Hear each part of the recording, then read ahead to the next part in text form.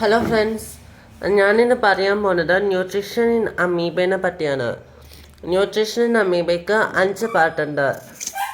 Injection, digestion, absorption, assimilation and ഇഞ്ചക്ഷൻ. അപ്പം first part എന്ന് പറയുന്നത് ഇഞ്ചക്ഷനാണ്. ഇഞ്ചക്ഷനകത്ത് 2 കാര്യങ്ങളാണുള്ളത്.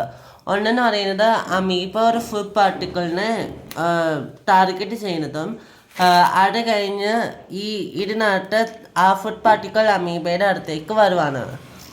അപ്പം സെക്കൻഡ് പാർട്ട് അത് ഡൈജഷൻ.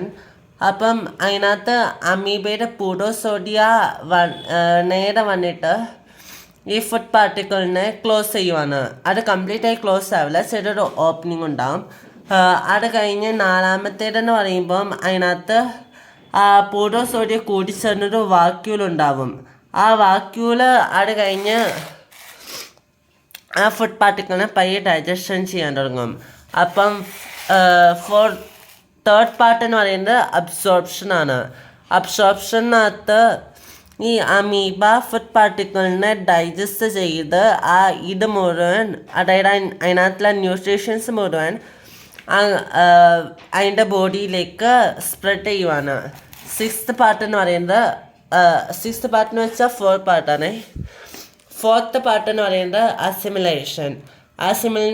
അസിമിലേഷൻ എന്ന് പറയുമ്പം അതിനകത്ത് ആ ഫുഡ് പാർട്ടിക്കിൾസിൻ്റെ ന്യൂട്രീഷൻസ് എല്ലാം അമീബയുടെ എല്ലാ സ്ഥലത്തേക്കും കൊടുത്തിട്ട് അതിൻ്റെ വേസ്റ്റ് പ്രൊഡ്യൂസ് ചെയ്യുന്നതാണ്.